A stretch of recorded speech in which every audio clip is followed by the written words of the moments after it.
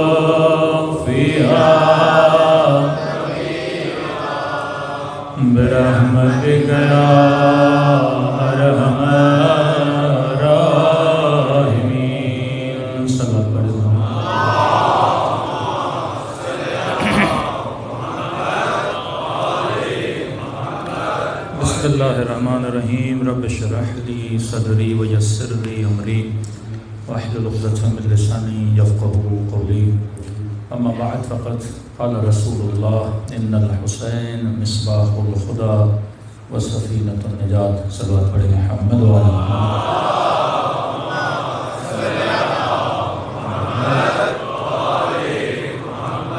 دعا ہے پروردگار عالم ہم سب کی عبادتوں کو اپنی بارگاہ عالی میں قبول فرمائے اور جس مقصد زندگی سے اس فرش عزا پہ تشریف لے آئے خدا ان مقاصد میں بھی ہم سب کو کامیابی نصیب فرما دے۔ مسلسل آپ کی خدمت میں عرض کر رہے ہیں کہ کربلا واقعے کا نام نہیں ہے، کربلا ایک تہذیب کا نام ہے، کربلا ایک تحریک کا نام ہے، کربلا ایک ریولیشن کا نام ہے۔ کربلا کا مطلب وجود انسان کو بیدار کیا جائے، غفلتوں کی نیند سے اسے اٹھایا جائے اور یہ سمجھایا جائے کہ دنیا میں کس مقصد کے لیے لایا گیا۔ سوئے ہوئے معاشرے کو حسین ابن علی نے اپنے خون کی قربانی سے بیدار کیا۔ صرف اس معاشرے کو نہیں بلکہ تا قیامت یہ خون ہر سوئے ہوئے انسان کو بیدار کرتا رہے گا۔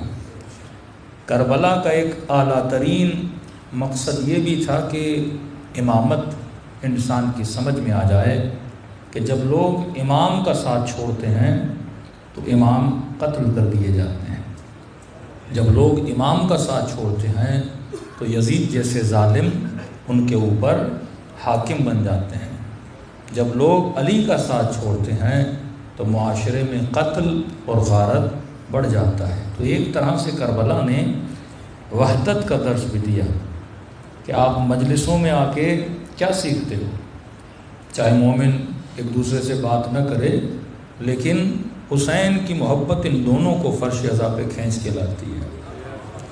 نماز کے بعد مصافحے کا فلسفہ یہی ہے کہ مومن مومن سے کیا کرے، مصافحہ کرے، ہاتھ ملائے، کہ کل ہم نے بتایا کہ خوف خدا کی نشانیوں میں سے ایک نشانی یہ ہے کہ انسان کے اندر ایتھیکل ایگریمنٹس ہونے چاہیے، اخلاقی طور پہ مضبوط ہونا چاہیے۔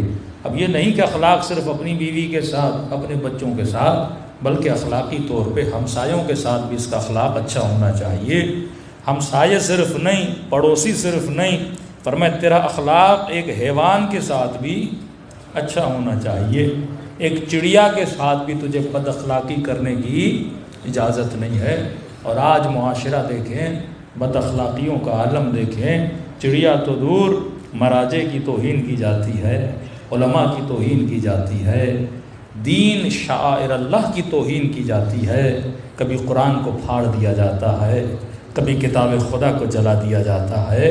یہ وہ انسان ہے جو اللہ کی ولایت سے نکلا ہوا ہے اور ولایت شیطان میں زندگی بسر کر رہا ہے۔ اب توہین ہوتی ہے، ایک مرتبہ قرآن جل جائے تو اس انسان اکا بکا ہو جاتا ہے، ارے اللہ کی کتاب کو جلا دیا۔ اسی طرح کربلا میں نبی کے نواسے کو کاٹا گیا، ان کے لاشے پہ گھوڑے دوڑائے گئے، وہ بھی تو توہین اسلام ہے۔ بلکہ یہاں تک بول دیا اگر کوئی مومن کی توہین کرتا ہے یہ بالکل ایسے ہے جیسے خانہ خدا کو گرا دیا جائے۔ تو یہ بھی ہماری کچھ غلط فہمیاں ہیں کہ ہم سمجھتے ہیں کہ توہین صرف یہ ہے کہ کتاب جلائی جائے۔ بندہ خدا اگر تو کسی مومن کی توہین کرتا ہے، بندہ خدا اگر تو کسی انسان کی توہین کرتا ہے، اگر کسی انسان کو ذلیل کرتا ہے تو یہ بھی برابر ہے اس توہین کے۔ توہین ہوتی ہے، یہ نہیں کہ کم ہے یا زیادہ ہے، ہاں یہ ضرور ہے سزا اعتبار کے حساب سے کم و زیادہ ہوتی ہے۔ اگر کوئی وہن مذہب کرتا ہے تو اس کی سزا اسلام میں موت ہے، اس سزا کی کوئی بخشش نہیں ہے۔ اگر کوئی رسول کی توہین کرتا ہے، اگر کوئی شاعر اللہ کی توہین کرتا ہے تو اسلام میں سخت ترین سزائیں سنائی ہیں۔ تو کربلا اسی چیز کا نام ہے کہ آؤ دیکھو کس نے حسین کا ادب کیا اور کس نے حسین کی توہین کی تھی۔ جس نے حسین ابن علی کا ادب کیا خدا نے ان کو نور کے ممبروں پہ بٹھا دیا کہ علی تم اور تمہارے شیعہ نور کے ممبروں پہ ہوں گے۔ آج پوری دنیا شہدائے کربلا کو یاد کرتی ہے، لیکن جس نے توہین کی آج پوری دنیا اس یزید ملعون پر لعنتیں بھیجتی ہے۔ تو انسان کو سوچنا چاہیے کہ لعنت کسی پر بھی آ سکتی ہے، رحمت بھی کسی پہ آ سکتی ہے۔ اگر تو تہذیب کربلا میں زندگی گزارے گا تو خدا کی رحمتوں کی بارش تیرے سر پر ہوگی، لیکن اگر تیرے اندر اخلاق یزیدی ہوگا تو انسان کے اوپر لعنت بھی آ سکتی ہے۔ صلوات پڑھے محمد و آل محمد۔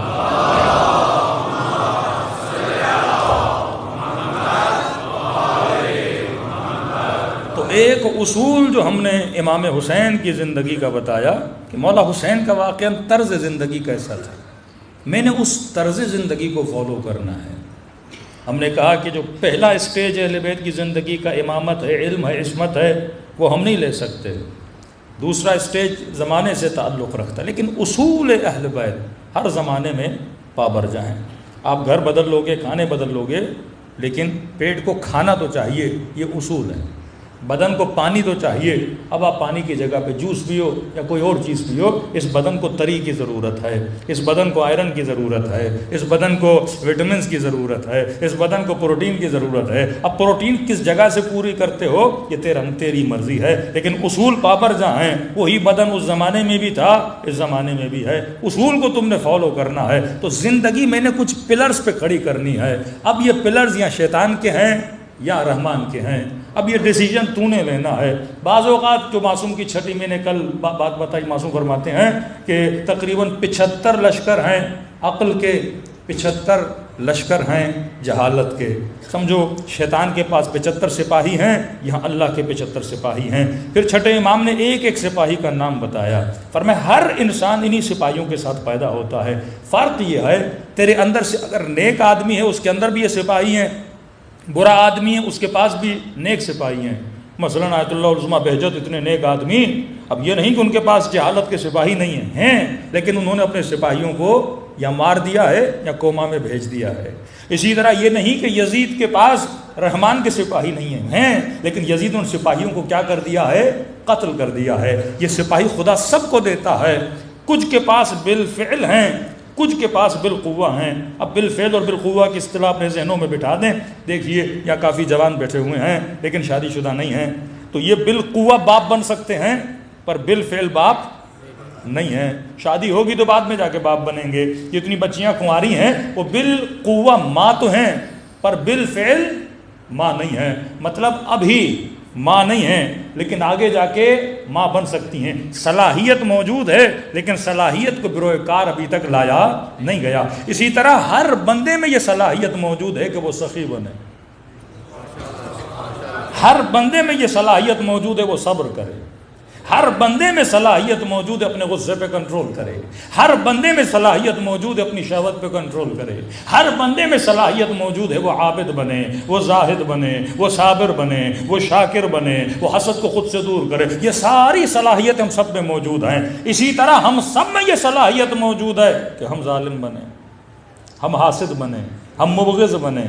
دنیا کا گندے سے گندا کام ہم کر سکتے ہیں کیونکہ قوہ اختیار پروردگار عالم نے ہم نے دیا ہے. اب یہ 75 سپاہی ادھر ہیں, 75 سپاہی ادھر ہیں. ہم نے کیا کرنا ہے؟ ہم نے جو صلاحیتیں چھپی ہوئی ہیں ان صلاحیتوں کو بروئے کار لا کے پریکٹیکلی اس سپاہی کو ہم نے استعمال کرنا ہے. اب پریکٹیکلی کرتے جاؤ گے اس سپاہی کو طاقت ملتی جائے گی اور دوسرے سپاہی کو مار دو گے. شمر نے کیا کیا؟ اس نے اپنے ہاتھوں سے اچھے سپاہیوں کو تیر مار کے قتل کر دیا. ہر نے کیا کیا؟ ہر نے اچھے سپاہی کو زندہ کیا, برے سپاہی کا گلا گھونٹ دیا. تو صلاحیت ہم سب میں موجود ہے. اب ایک اور مثال دوں تاکہ اور بات واضح ہو جائے. کچھ لوگ کہتے ہیں مولانا کیا فطرتاً بھی کوئی نیک ہو سکتا ہے؟ مثلاً پیدا ہوتے ہی کیا سب میں یہ صلاحیتیں ہوتی ہیں؟ ایسا ہے. مثلاً ایک ہی گھر میں ایک مومن کو 2 بچے ہوئے, دونوں ٹوئنس, ایک ہی ماں کے, ایک ہی باپ کے, ایک ہی گھر میں پیدا ہوئے. لقمہ اسی باپ نے کھلایا, تربیت اسی ماں نے کی. مطلب دونوں کی تربیت سیم ایک ہی ماں کر رہی ہے, کھانا بھی وہی, اسی ماں کا دودھ پی رہے ہیں. لیکن جیسے یہ بچے بڑے ہوتے ہیں ایک بچہ کنجوس ہوتا ہے, ایک بچہ سخی ہوتا ہے. تربیت ایک ماں نے کی ہے, لقمہ ایک ہی باپ کا, شکم ایک ہی مادر کی, نطفہ ایک ہی باپ کا. لیکن جیسے بڑے ہوتے ہیں ایک سخی ایک کنجوس. اب آپ نے دیکھا ہوگا کئی بچے ہوتے ہیں نا, سفرے سے چیزیں اٹھاتے ہیں, ٹافیاں اٹھا لی, سخی ہوتے ہیں, دوسرے بچے کو ٹافیاں بانٹتے رہتے ہیں.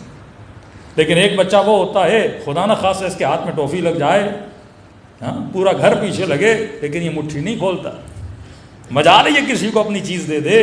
اب یہ بچپن سے کنجوس ہے, وہ بچپن سے سخی ہے. یہ خدا دادی صلاحیتیں ہوتی ہیں. اب کہتے ہیں کہ ابتدا دونوں کی الگ الگ ہے. ابتدا میں شاید آپ کو لگے کہ عدالت نہیں ہے, یہ بائی نیچر سخی ہے, یہ بائی نیچر تھوڑا کنجوس ہے. تو میں اس کی مثال اس طرح دیتا ہوں کہ آپ نے وہ لوگ جو ریس کرتے ہیں, دوڑتے ہیں میدان میں, آپ نے دیکھا ہوگا ان کے نمبرز برابر نہیں ہوتے. ریسنگ کے لیے بعض آپ نے دیکھا ہوگا کہ مثلا 1 2 3 4 5 تو ایک پیچھے ہوتا ہے, 2 تھوڑا آگے ہوتا ہے, 3 اور آگے ہوتا ہے, 4 اور آگے ہوتا ہے. تو واقعاً دیکھنے والے کو لگتا ہے بھائی یہ سب کو برابر کیوں نہیں کھڑا کیا, یہ آگے پیچھے کیوں کھڑا کیا گیا ہے. تو کہتے ہیں ابتدا ایک جیسی نہیں ہے. لیکن جب آپ ان سے پوچھو گے تو وہ کہتے ہیں سائز کے اعتبار سے, میٹر کے اعتبار سے اگر انتہا سے کاؤنٹ کیا جائے تو ان کی انتہا کیا ہے, انتہا رینج برابر ہے. تو ہو سکتا ہے ہماری ابتدا ایک جیسی نہ ہو پر اللہ نے انتہا ایک جیسی رکھی ہے. جس نے وہ اجر حاصل کرنا ہے, عقل, اختیار, حساب و کتاب, انتہا خدا نے سب کی کیا رکھی ہے, سیم رکھی ہے. اب کوئی بچہ سخی, اب یہ جو کنجوس ہے بالفعل ایک جہالت کا لشکر اس میں ایکٹیو ہے, اور یہ جو سخی ہے بالفعل اس کے اندر لشکر عقل کا سپاہی ایکٹیو ہے. جس کے اندر بائی نیچر ایک چیز ایکٹیو ہے اس نے اس چیز کو بچانا ہے, مطلب اس چیز کو ثابت رکھنا ہے تاکہ یہ چیز اس سے چھوٹ نہ پائے. اور جس چیز میں وہ ایکٹیو نہیں ہے اس نے سپاہی کو کیا کرنا ہے, ختم کرنا ہے, ایکٹیو کرنا ہے. کئی ایسے بچے میں نے دیکھے ہیں کہ والدین کہتے ہیں مولانا اتنا اس کو سمجھایا, آج فلاں جگہ پہ جا کے جھوٹ بولنا ہے بیٹا. کہ اس کو کوئی 15-20 منٹ ہم نے ٹریننگ کروائی ہے جھوٹ بولنے کی کہ فلاں آفس میں جا کے آپ جھوٹ بولو. کہتے ہیں بڑی کوشش کی لیکن یہ جوان جھوٹ بول ہی نہیں سکتا. اب یہ کمال نہیں ہے کہ یہ جھوٹ نہیں بول رہا, اس کی نیچر میں ہے کہ وہ جھوٹ بول ہی نہیں سکتا, اس کی نیچر میں ایسا ہے. اب اس کے لیے کوئی اور چیز کمال والی ہوگی. لیکن ایک آدمی ہے جھوٹ بڑی آسانی سے بول لیتا ہے, اس کے لیے بڑا جہاد ہے جھوٹ نہ بولنا. جو جھوٹ بولتا ہی نہیں اس کے لیے جہاد نہیں ہے, جو جھوٹ ریگولر بولتا ہے اس کے لیے بڑا جہاد ہے. مثلا ایک آدمی کے اندر جن سے مخالف کی طرف رغبت بہت کم ہے. اب یہ بولے کہ مولانا میں نامحرم بچیوں کو یا لوگوں کو نہیں دیکھتا، اس کے لیے کمال نہیں ہے. وہ بندہ جس کے اندر رغبت موجود ہے وہ اگر نہ دیکھے، اس کے لیے یہ چیز کمال بن جاتی ہے. مثلا آپ کو بھوک لگی ہے اور اسلام کہتا ہے یہ کھانا نہ کھاؤ، مثلا اس وقت، یہ باعث کمال ہے. اب ایک بندے کا پیٹ بھرا ہوا ہے اور وہ کھانا نہیں کھا رہا، تو یہ کمال نہیں ہے. تو چھٹے امام فرماتے ہیں کہ یہ تم نے پہلے صلوات پڑھے مولا کی شان پر،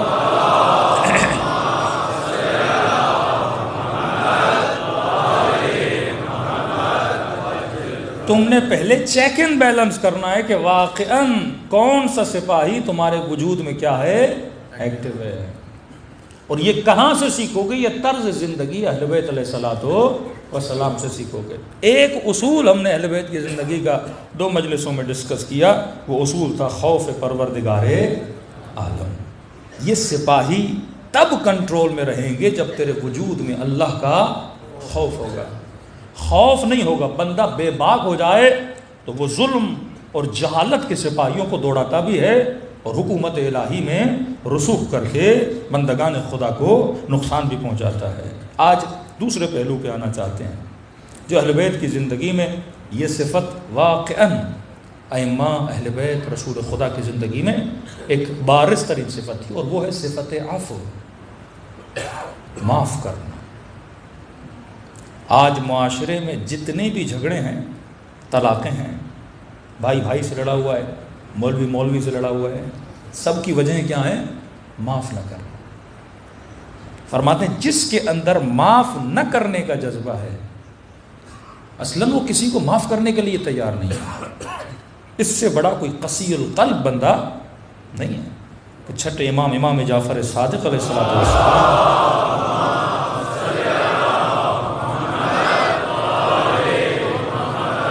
مولا فرماتے مومن سے ناراض اور 3 دن سے زیادہ گزر جائیں، اگر صلح نہ کریں دونوں پر اللہ کی اور اہل بیت کی لعنت ہے. یہ کیسا مومن ہے جو معاف کرنے کا جذبہ نہیں رکھتا، جبکہ خود دنیا کے سارے گناہ کر کے اللہ کے مصلی پہ بیٹھ کر کہتا رب عالمین میرے گناہ بخش دے. الا تحب یغفر اللہ لکم، کیا تم پسند نہیں کرتے خدا تجھے معاف کرے؟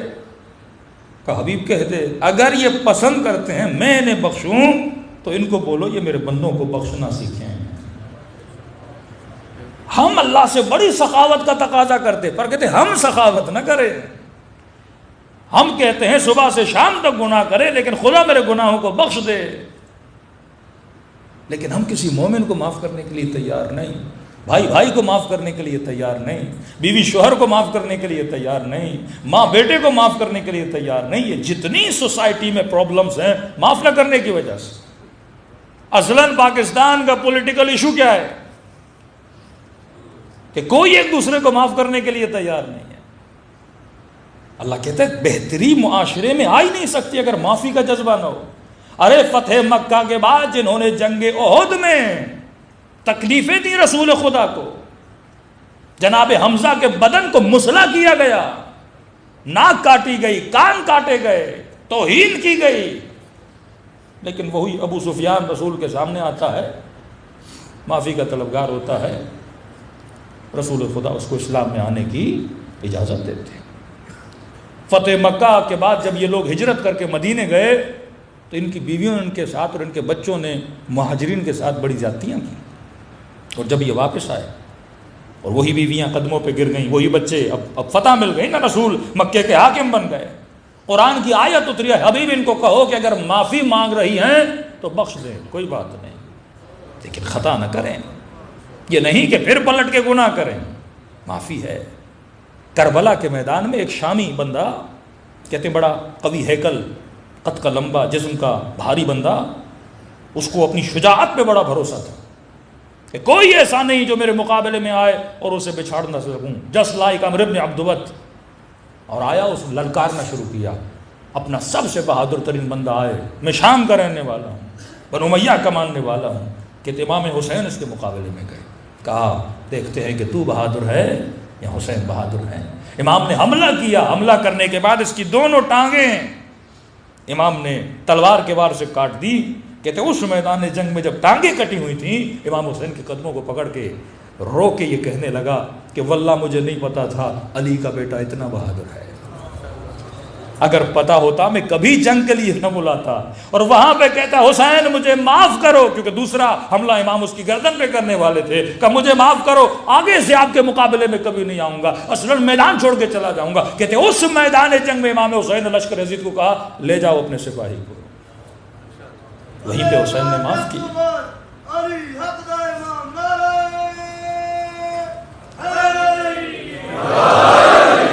معافی کا جذبہ اگر مومن کے وجود میں نہ ہو، یہ مومن کیسا ہے؟ علی ابن مہذیار 18 سال یا 21 سالوں پہ بحث نہیں ہے، لیکن اتنے سال حج پہ جا رہا تھا تاکہ مجھے امام زمانہ کی زیارت ہو جائے. مستند ہے علی ابن مہذیار کا واقعہ. نہیں ہو رہی زیارت.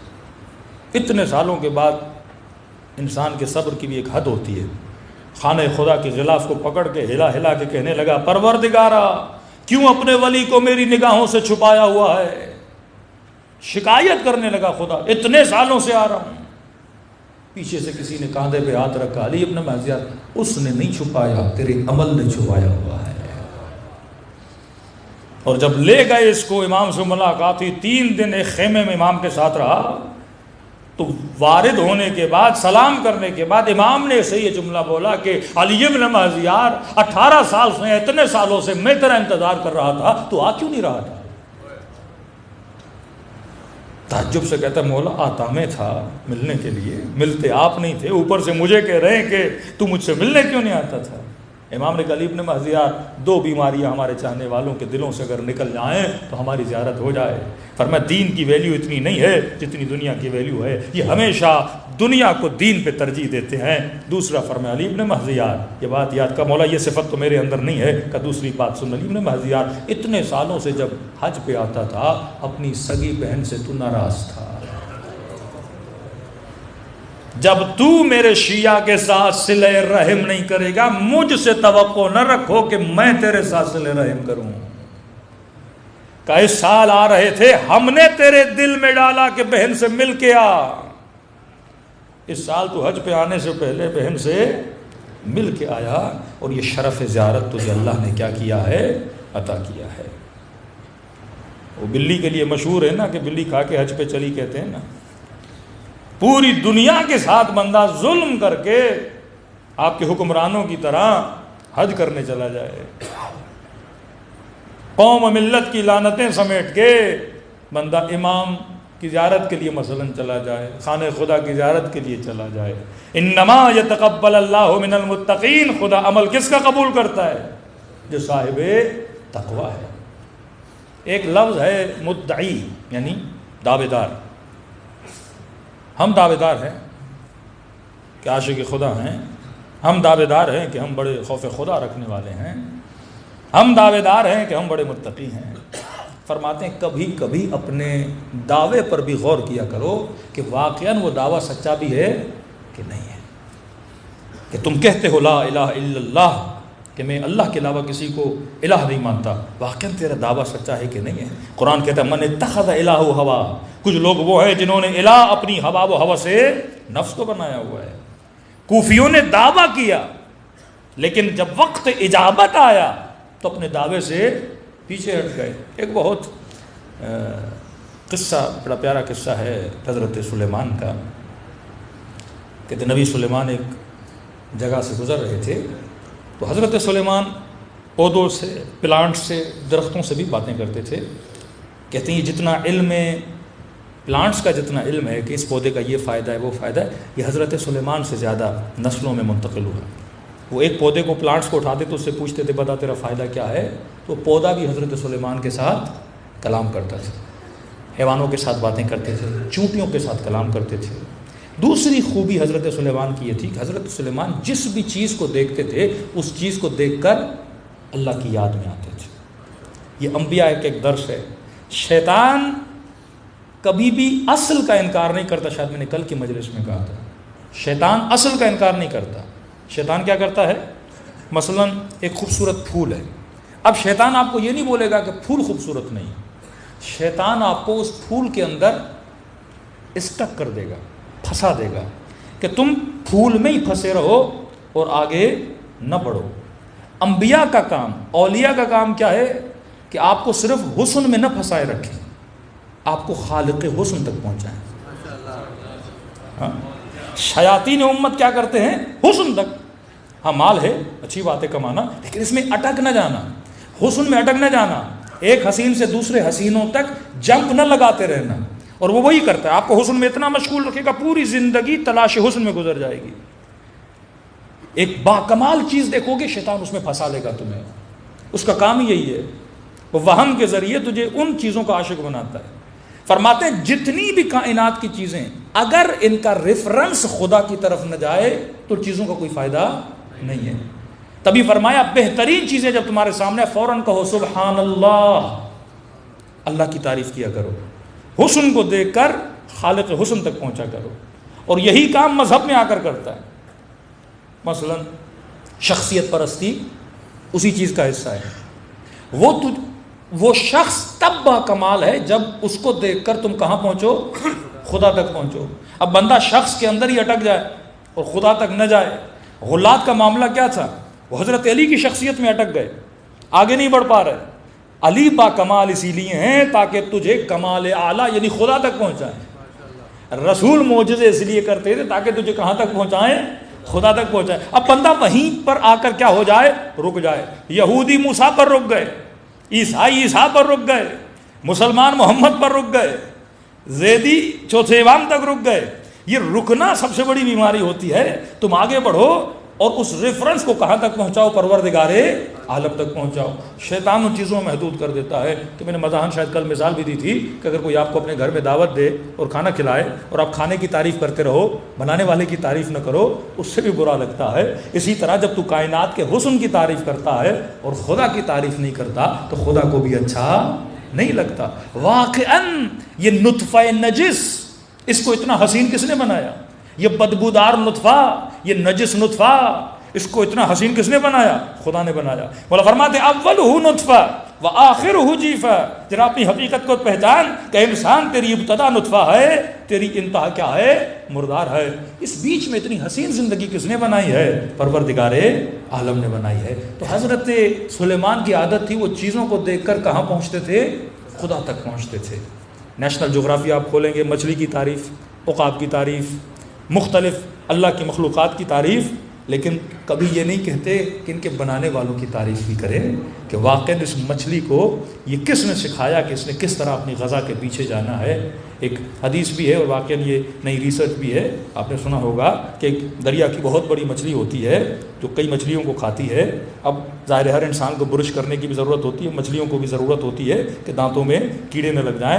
اب یہ مچھلی سمندر سے باہر آتی ہے، اپنا منہ کھولتی ہے، پھر ایک پرندہ ہواؤں میں اڑتا ہوا خدا نے بنایا ہے جس کی غذا ہواؤں میں نہیں ہے، اڑتا ہواؤں میں ہے، اور سمندر کی انتہا میں ایک مچھلی ہے جس کے دانتوں میں خدا نے اس کی غذا رکھی ہے۔ یہ پرندہ پھر نیچے آتا ہے اور مچھلی کے دانتوں سے اس کا جو کھانا ہے وہاں سے کھاتا ہے۔ اب کسی نے سوال کیا جب یہ مچھلی منہ بند کرے گی تو پرندہ تو مر جائے گا، اس کا بندوبست بھی خدا نے کیا ہوا ہے۔ یہ دنیا کا عجیب پرندہ ہے جس کے سر پر بھی نوک ہے، جس کی چونچ کے نیچے بھی نوک ہے، اگر وہ منہ بند کرے تو مچھلی خود مر جائے۔ تو وہ تب تک انتظار کرتی ہے جب تک پرندے کا پیٹ نہ بھر جائے۔ یہاں اس کا پیٹ بھر جاتا ہے، یہاں اس کے دانت صاف ہو جاتے ہیں۔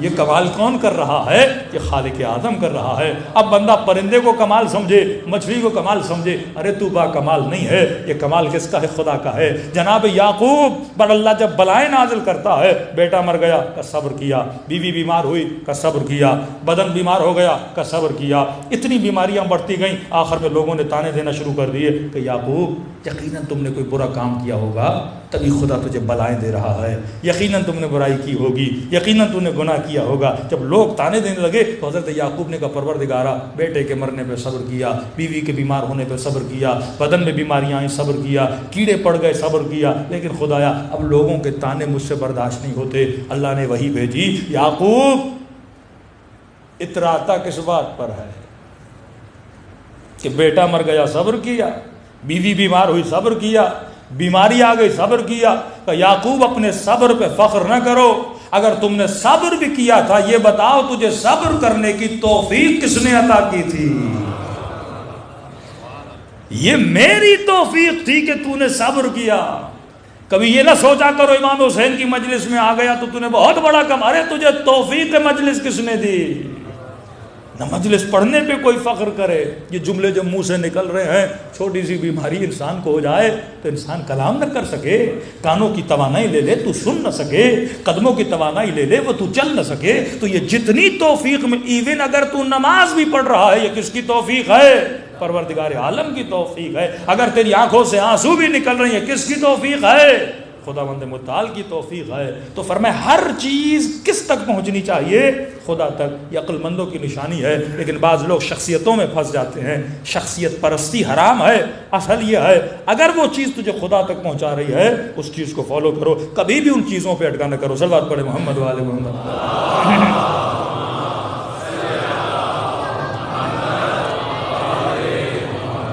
ہم نے کہا مدعی ادعا کرنا کہ واقعا میں علی کا ماننے والا ہوں، یہ بڑا آسان ہے۔ مولا حسین کا ماننے والا، مولا میں ہوتا اپنی جان قربان کرتا، ادعا ہے۔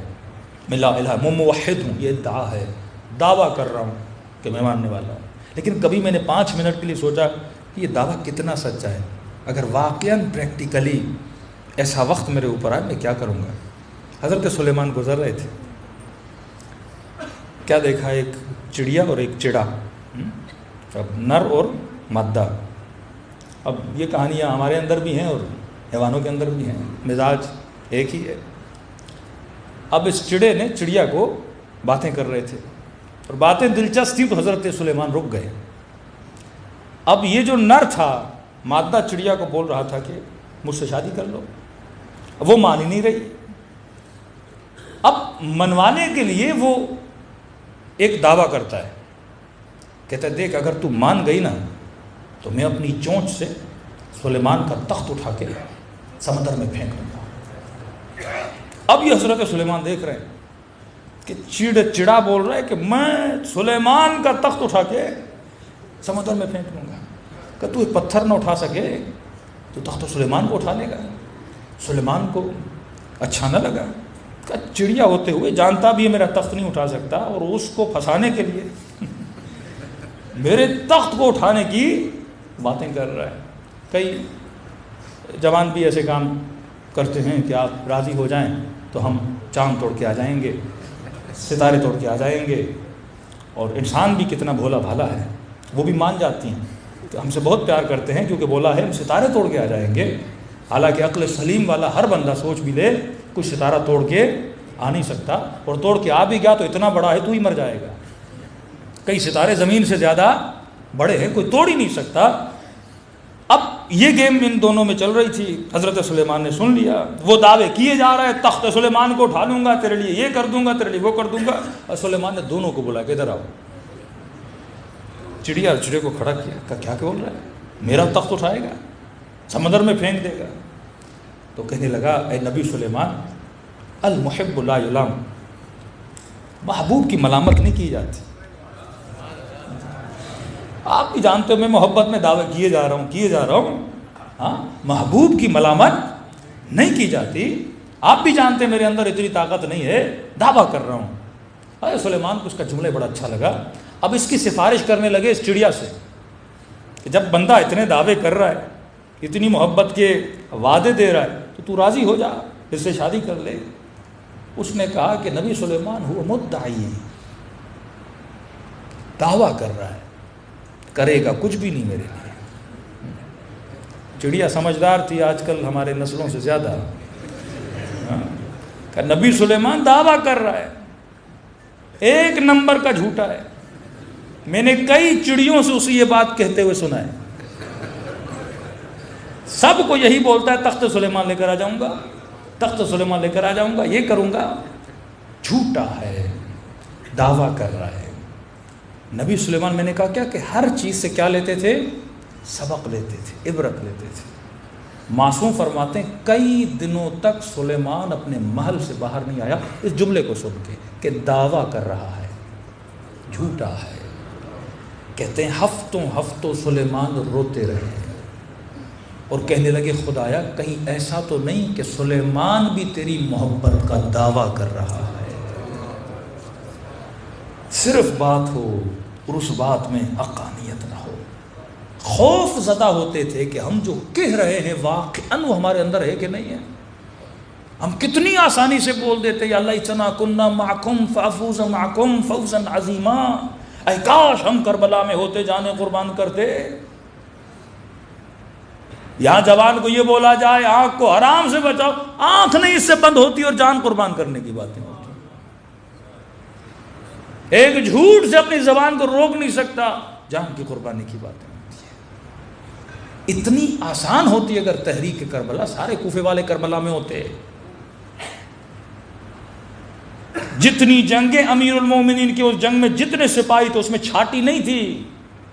صفین میں شمر بھی علی کے ساتھ کھڑا ہے، کوئی لالچ میں آیا، کوئی مولا کو خلیفہ ماننے کی وجہ سے آیا، کوئی کس بات کی وجہ سے، چھاٹی نہیں کی۔ کربلا کی وہ واحد جنگ ہے جس میں وہ لشکر ہے جو چھاٹی شدہ لشکر ہے، خلوص کامل والا۔ اتنی سختی ہے تدین امام حسین کی کہ جناب کھڑا ہے مولا حسین کے ساتھ، مولا مدد کے لیے، امام فرماتے ہیں کیا تمہارے سر پہ کوئی دین تو نہیں ہے، کسی کے مقروض تو نہیں ہو؟ مقروض ہو تو پہلے قرض ادا کر کے آؤ، پھر حسین کی مدد کرو۔ کہنے لگا مولا دیر ہو جائے گی، آؤں گا جاؤں گا، کہیں واقعہ نہ ہو جائے۔ کہ ہوتی ہے تو ہو جائے، اگر اتنا تجھے پرواہ ہے دیر ہو جائے گی، چلو کسی کو وکیل کر کے آؤ اپنا، کہ تیرے مرنے کے بعد تیرے اموال سے پیسے کاٹ کے اس کو ادا کریں۔ جس سرزمین کربلا پہ امام حسین پہنچتے ہیں، پوچھتے ہیں کتنے کی سرزمین ہے؟ حسین اس مٹی میں بھی دفن ہونا پسند نہیں کر رہے جو حسین کی خریدی ہوئی مٹی نہ ہو۔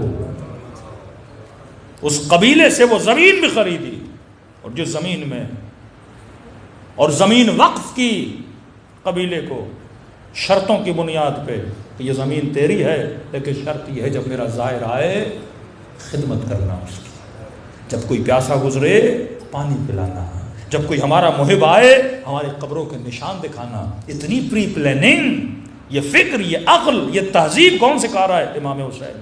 لیکن آج مسلمانوں کا حال دیکھو، زمینوں پہ قبضے کر کے مسجدیں بنائی جا رہی ہے۔ یہ مہذب نہیں ہے، یہ سویلائزڈ نہیں ہے، اسے دین کا عطا پتہ نہیں ہے، یہ صرف نمازیں پڑھنا جانتا ہے۔ تبھی فرماتے ہیں بعض لوگوں کی نماز کل غراب ہے، کووں جیسی نماز ہے۔ کوا چونچ لگاتا ہے نا، چونچ والی نماز ہے۔ صلوات پڑھے محمد والے۔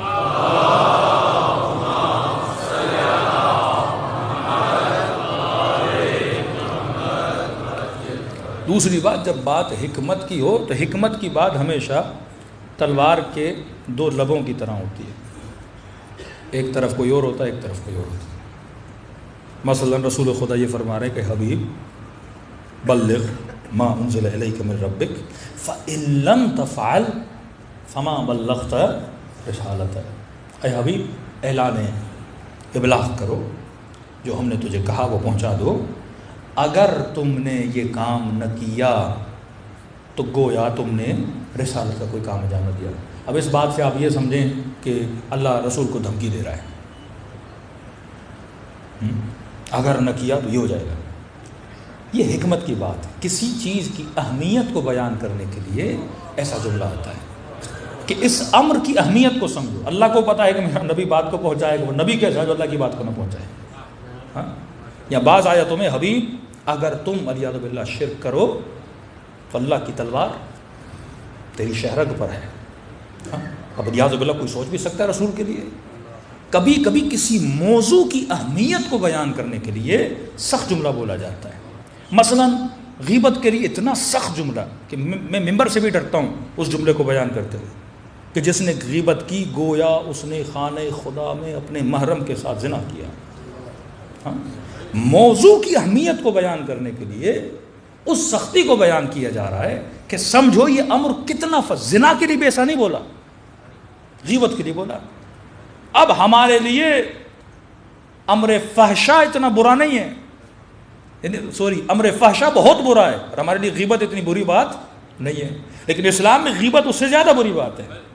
کیونکہ جب تو ایک گناہ کرتا ہے، مثلا خدا نخواستہ بند کمرے میں تو ایک گناہ کر دیتا ہے، اس کا تعلق تیری ذات سے ہے، لیکن جب تو غیبت کرتا ہے اس کا تعلق معاشرے سے ہے، فساد پھیل جاتا ہے، بھائی آپس میں لڑتے ہیں، طلاقیں ہو جاتی ہیں، مومنین کی دلوں میں تو نفرتیں پیدا کر دیتا ہے، اور مفسد فی الارض کی سزا اسلام میں سزائے موت ہے۔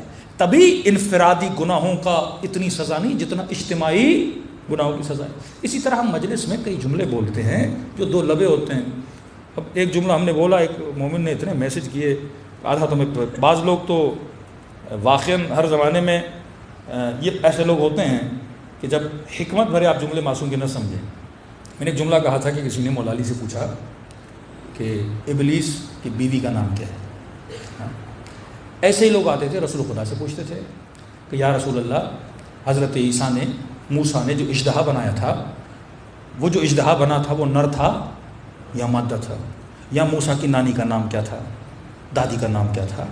تو اہل بیت اور رسول گرامی ایسے لوگوں کی کیا کرتے تھے؟ مذمت کرتے تھے کہ تمہارا سوال صحیح نہیں ہے، سوال وہ ہونا چاہیے جس سے کیا ملے؟ علم ملے۔ اب ہم نے کہا مولا علی اس کو سائڈ پہ لے گئے، مولا نے اس کی مذمت کی کہ تم سوال کیسا کر رہے ہو، سوال وہ ہونا چاہیے جس سے تمہارا ایمان بڑھے یا علم بڑھے۔ پھر یہ آگے بڑھا، لوگوں نے کہا مولا نے کیا جواب دیا، تو اس نے لوگوں کو یہ بولا کہ اب علی سے ایسے سوال نہ کیا کرو۔ ابن سعد کے باپ کے لیے مشہور ہے نا کہ مولا جناب ابن عباس فرماتے ہیں کہ علی جب خطبہ دے رہے ہیں، کبھی کبھی انسان وجد میں ہوتا ہے۔ اہل بیت اور چھٹے امام توحید مفضل آپ پڑھ لیں چھٹے امام کی، وہ راز امام نے بتائے ہیں کہ انسان پریشان ہو جاتا ہے۔ آخر میں امام بتاتے ہیں اب میں تجھے بتاؤں گا ملائکوں کی خلقت کیسے ہوئی، زمین کی پوری خلقت امام نے بتا دی، ملائکوں اب آج تک ہم تک وہ حدیث نہیں پہنچی ہے۔ اسی طرح امیر المومنین جناب ابن عباس کہتے ہیں مولا وجد میں تھے اور ایک بہت ہی علمی باتیں اور خطبے دے رہے تھے، اور وہ خطبہ نہج البلاغہ موجود ہے لیکن آدھا ہے، پورا نہیں ہوا، اور کہتے ہیں دیتے دیتے جب مولا نے دعویٰ کرتے تھے سلونی سلونی قبل ان تفقدونی، ایک بندہ پیچھے اٹھا اور کہنے لگا کہ علی میرے سر پہ بال کتنے ہیں؟ اب مولا نے اسے یہ نہیں بتایا تیرے سر میں بال کتنے ہیں۔ سلونی کا مطلب یہ نہیں کہ ہر بندہ ہر سوال کرو، اہل بیت ہر فضول سوال کا کیا دیں جواب ہے۔ سلونی کا مطلب یہ تو علمی سوال کر جس سے تیرے ایمان کا فائدہ ہو، جس سے تیری دنیا آخرت آباد ہو۔ امام نے کہا بال کتنے وہ تو چھوڑتے، لیکن اتنا بتاؤ تو ہر بال کے پیچھے ایک شیطان بیٹھا ہوا ہے۔ مطلب یہ سوال تیرے ذہن میں شیطان ہی ڈال سکتا ہے کہ امام امت منبر پر بیٹھے اور تو سوال کیسے کر رہا ہے کہ آپ بولو مولا علی میرے باغ میں آم کتنے؟ بھائی میں نے تجھے بتا بھی دیا آم کتنے، تیرا کیا فائدہ ہوگا؟ امام نے کہا تجھے بتا بھی دوں سر پہ بال کتنے، تو گن پائے گا میری بات کو تصدیق کرنے کے لیے؟ ہاں، ایک ہمارے مولانا تھے، اب بعض اوقات یہ مجمع کے اندر مسائل بھی ہوتے ہیں نا، کوئی مولوی آتا ہے تو کہتے ہیں بس سوال کیے جائیں، یدی کوئی کام کا سوال کرو بندے خدا۔ مولانا کہہ رہے ہیں تھکا دیا مجمع نے، مولانا یہ سوال ہے، مولانا اچھا عمل کسی نے نہیں کرنا، قبلہ صاحب کوئی نصیحت تو کر دیجئے، چلو بھائی ہم نے کی، آپ عمل کرو گے تو ہم نصیحت کریں۔ جہاں جاتے ہیں مولانا یہ سوال، مولانا وہ سوال، مولانا اب مولانا سوال کے جواب دیے جا رہے ہیں کہ مجھے پتہ یہ عمل کرنے والے تو ہیں نہیں، مولوی کا بھی ٹائم پاس کر رہے ہیں، اپنا بھی ٹائم پاس کر رہے ہیں۔ تو کسی نے کہا مولانا یہ بتائیے حضرت آدم اور حوا کا نکاح کس نے پڑھایا تھا؟ ایک تو 1.5 گھنٹے سے مولوی جواب دے دے کے تھک گیا، انہوں نے کہا میں نے پڑھایا تھا۔ اگر میں کیا اس سے تیرا لینا دینا بندے خدا، نکاح کس نے پڑھایا تھا؟ بعض سوال ایسے ہوتے ہیں جن کا کوئی فائدہ ہی نہیں ہے۔ تو اہل بیت ایسے لوگوں کی کیا کرتے تھے؟ مذمت۔ امام امت اگر بیٹھے آپ ایسے سوال کرو جس کا کوئی فائدہ نہیں ہے۔ جواب نہ دینے کا مطلب یہ نہیں کہ امیر المومنین کو پتہ نہیں تھا۔ اب مولا کوئی نام بتا بھی دیتے وہ تصدیق کیسے کرتا بھائی؟ چلو آپ مجھ سے پوچھو شیطان کی بیوی کا نام کیا ہے؟ ہاں؟ میں بتا دوں جولی نام تھا اس کا، چلو آپ کس سے پوچھو گے؟ تصدیق کہاں سے کرو گے بھائی؟ جس سوال کی تصدیق نہیں ہو سکتی اس سوال کا فائدہ ہی بیکار ہے۔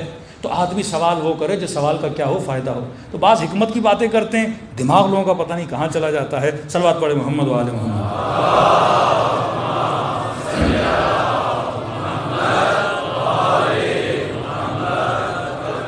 امر کو سمجھنے کی کوشش کرو۔ اب خدا یوسف کا قصہ سنا رہا ہے، بندہ اب یوسف میں اور قصے میں پھنس جائے۔ عبرت لو، مطلب یہ ہے کہ جب گناہ کی دعوت ہو تو گناہ سے کیا کرو؟ بچو۔ بنی اسرائیل بچھڑا موسیٰ کی دوری یہ اللہ کیوں بتا رہا ہے؟ اور نبی یہ کہے الساع بالساع، جو کچھ بنی اسرائیل نے کیا وہ سب کچھ میری امت بھی کرے گی۔ اور واقعہ جناب سیدہ کا خطبہ ہے، ہم کچھ چیزیں ممبر پہ بیان نہیں کر سکتے، اب اس میں پڑھ لیں بی بی نے کون کون سی نسبتیں دی ہیں، واقعا نسبتیں دی ہیں، جو کچھ انہوں نے کیا، جو فرقے ان میں بنے وہ فرقے امت مصطفیٰ میں بنے۔ تو صاحب عقل جو ہوتا ہے وہ عبرت حاصل کرتا ہے، جو صاحب عقل نہیں ہوتا وہ قصوں میں چپک جاتا ہے، وہ کہانیوں میں چپک جاتا ہے، وہ چیزوں سے لپٹ جاتا ہے لیکن ان قصوں سے فائدہ نہیں لیتا۔ واقعا امیر المومنین کی ساری جنگیں دیکھیں لیکن ان جنگوں کا یہ واقعہ کہ علی کے چہرے پر کسی نے لعاب دہن پھینکا اور علی نے اسے اس وقت نہیں مارا، اس کے سینے سے کھڑے ہو جاتے ہیں، چہل قدمی کرتے ہیں، پھر جاتے ہیں اس کے گلے پہ وار کرتے ہیں، اور جب اعتراض ہوا کہ علی آپ نے پہلے کیوں نہیں مارا تو امام نے فرمایا آج تک میں نے اپنے دشمن کو نہیں مارا۔ جب لعاب دہن پھینکا دشمنی ہو گئی نا، آپ کی توہین کوئی کرے گا اور آپ غصے میں اسے مارو تو یہ غصہ کس کے لیے ہوا؟ اپنے لیے ہوا نا، اللہ کے لیے نہیں ہوا نا۔ کہ علی نے ہمیشہ خدا کے لیے جنگ کی ہے، کسی کو بھی جب یہ لوگ بولتے تھے علی تو نے میرے باپ کو مارا، میرے بھائی کو مارا، مولا فرماتے ہیں مجھ سے کیوں دشمنی کر رہے ہو، میں نے اپنے لیے نہیں مارا، خدا کے لیے مارا۔ اب میرا ایمان ہے کہ یہ حدیث جو آتی ہے ضربت علی یوم الخندق افضل من عبادت ثقلین، تب ایک ضربت عبادت ثقلین سے افضل بن جاتی ہے کیونکہ اس ضربت میں خالصتاً عبادت پروردگار عالم چھپی ہوئی ہے۔ صلوات پڑھے محمد و آلہ محمد۔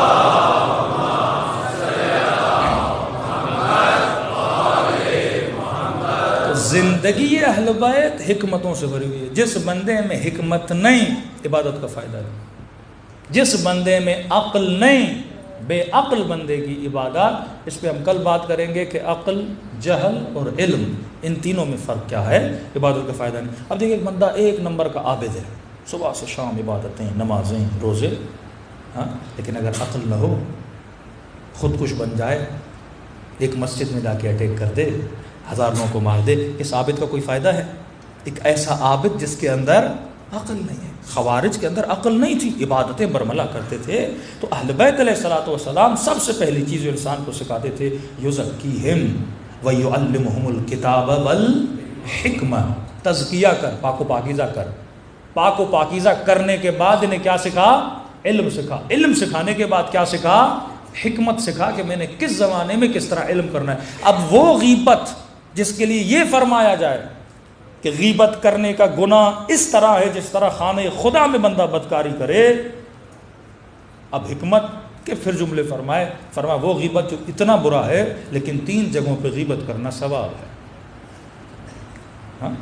حکمت بندہ اگر جانے، اب میں ساری مجلس پڑھ دوں غصہ کرنا حرام ہے، غصہ کرنا حرام ہے، لیکن کئی جگہوں پہ غصہ کرنا ضروری ہے۔ غصہ نہ ہو تو بندے میں غیرت نہ ہو، غصہ نہ ہو تو میدان جہاد میں کیسا جائے، غصہ نہ ہو تو دینداری معاشرے میں کیسے پھیلائے۔ کوئی انرجی بری نہیں ہوتی، اس انرجی کو میں نے کہاں یوز کرنا ہے، یہ حکمت کی بات ہوتی ہے۔ ہاں؟ اب غیبت کہاں کرنا جائز ہے، سرسری بتا رہا ہوں۔ مثلا ایک مومن نے، اس کے گھر پہ بیٹی کا رشتہ آیا ہے، ہاں؟ ایک جوان آیا کہ آپ اپنی بیٹی مجھے دے دیں۔ اب بھائی کون ہو؟ کہ میں بحریہ ٹاؤن میں رہتا ہوں، فلاں جگہ پہ رہتا ہوں۔ اب آپ آ گئے بحریہ ٹاؤن، مسجد خدیجۃ الکبریٰ۔ ہاں بھائی یہ جوان آتا ہے مسجد میں، نماز پڑھتا ہے، کیسا لڑکا ہے؟ آپ نے کہا بھائی کیوں پوچھ رہے ہو؟ کبھی اس نے بیٹی کا رشتہ مانگا ہے۔ اب آپ کو پتا ہے اس جوان میں کوئی بری عادت ہے، اب یہاں بڑے نیک بن جاؤ، نہیں غیبت تو نہیں کرنی، ہاں بھائی بڑے جناب اچھے ہیں، اس نے ظن رکھنا ہے، معصومین نے فرمایا ہے، اور کل وہ بیٹی کی شادی کرا اس کا ستیہ ناش ہو جائے۔ یہاں بتانا ضروری ہے، صرف اسے یہ نہیں کہ لاؤڈ پہ بولو اس کا رشتہ ہے جوان برا، نہیں، جو تجھ سے پوچھنے آیا ہے واقعاً بیٹی کا رشتہ آیا ہے اسے بتانا ضروری کہ بندے خدا ہاں نماز تو پڑھتا ہے لیکن مثلا غصے کا تیز ہے، نماز تو پڑھتا ہے لیکن جب غصہ آتا ہے مثلا گالیاں بھی دیتا ہے، یہ بیماریاں اس کے اندر ہیں، آگے آپ جانو، آپ کا کام جانے۔ پہلی منزل۔ دوسری منزل، کوئی آدمی بزنس کرنا چاہتا ہے، ایک آدمی کو پارٹنر بنانا چاہتا ہے، وہ آپ سے آ کے مشورہ مانگتے ہیں، بندے خدا اس سے پارٹنر بنا رہا ہوں، بندہ امین تو ہے، کل چوری تو نہیں کرے گا، پیسے لے کے بھاگ کے تو نہیں جائے گا، آپ بولو نہیں بھائی میں غیبت نہیں کروں گا، حرام ہے، اب تم جانو تمہارا کام ہے۔ نہیں، یہاں تجھے بتانا ضروری ہے تاکہ اس بندے کے مال میں نقصان نہ ہو۔ نوکری کے لیے کوئی نوکر رکھ رہا ہے، اپنے گھر میں چوکیدار بنا رہا ہے، کہہ رہا کیسا بندہ ہے، اور آپ کو پتا بھی ہے 2-3 بنگلوں کو لوٹ چکا ہے، اور آپ بولو نہیں غیبت کرنا حرام ہے، بھائی میں نہیں بتاؤں گا، اور کل اس کا بنگلہ لوٹ جائے تو سارا گناہ کس پر ہے؟ تیرے اوپر آئے گا۔ تیسرا مقام، اگر کوئی مظلوم دہائی سنانے کے لیے تیرے پاس آئے، یہ مظلوم بندہ ہے جس کو کسی نے مارا ہے، کسی نے بیٹی کو مار دیا، کسی نے بیٹے کو مار دیا، کسی نے زیادتی کی ہے، کسی نے بیٹی کو طلاق دے دی، تو یہ بھی آ کے بتاتے ہیں نا کہ میری بیٹی کے ساتھ یہ ظلم ہوا، بیٹے کے ساتھ ہوا، اب اور بھی غیبت نہیں کروں میں، نہیں بس بات اس کا من ہلکا کرنے کے لیے چند باتیں سن لو تاکہ اس کا من کیا ہو جائے؟ ہلکا ہو جائے۔ چند جگہوں پہ ایک چیز جائز ہے، ایک جگہ پہ کیا ہے؟ حرام ہے۔ صلوات پڑھے محمد و آل محمد۔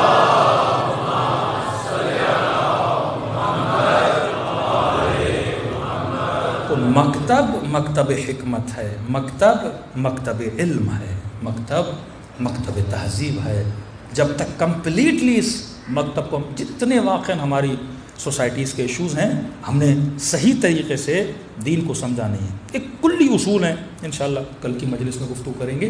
ان اصولوں کو اگر کوئی بھی معاشرہ فالو نہیں کرے گا، وہ معاشرہ تباہ و برباد۔ وَاعْتَصِمُوا بِحَبْلِ اللَّهِ وَلَا تَفَرَّقُوا، اللہ کی رسی کو تھامو، تفرقہ نہ کرو۔ اب کوئی نہیں تھامے گا، اس معاشرے میں تفرقہ ہوگا، قتل ہوگا، غارت ہوگا، تباہی اور بربادی ہوگی۔ اصولوں کو جو فالو کرے، مولا کیوں فرماتے ہیں معاشرے کفر کے ساتھ چل سکتے ہیں، ظلم کے ساتھ نہیں چل سکتے۔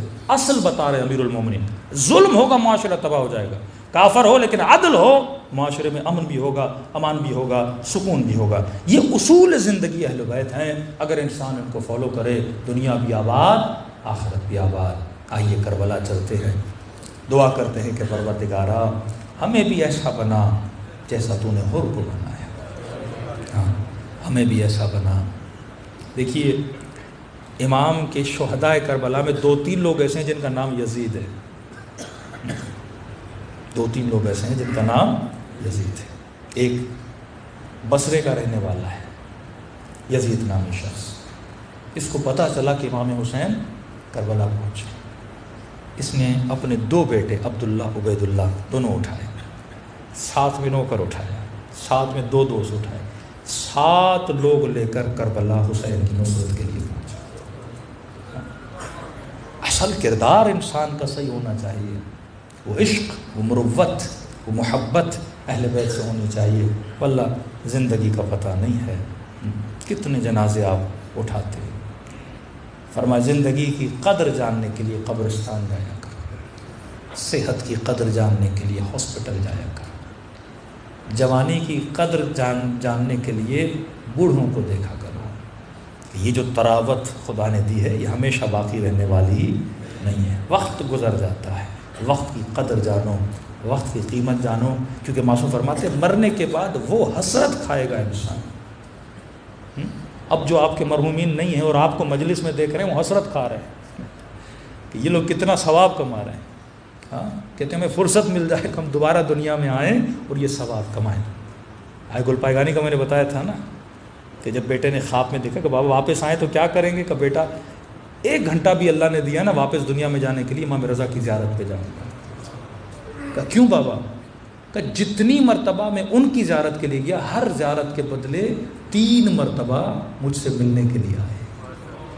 اور بندہ کہے گا میں زیادہ جاتا نا، تو وقت کی واللہ قدر جانو، قیمت جانو، اپنے وقت کو ضائع نہ کرو، اپنی آخرت اور بقا کے لیے زندگی گزارو۔ دلوں کو کربلا لے جائیں، سلام کریں اپنے آقا کی مظلومیت پہ، جنہوں نے بقا انسانیت کے لیے اپنا اصغر قربان کیا، اپنا اکبر قربان کیا، اپنی سکینہ قربان کی۔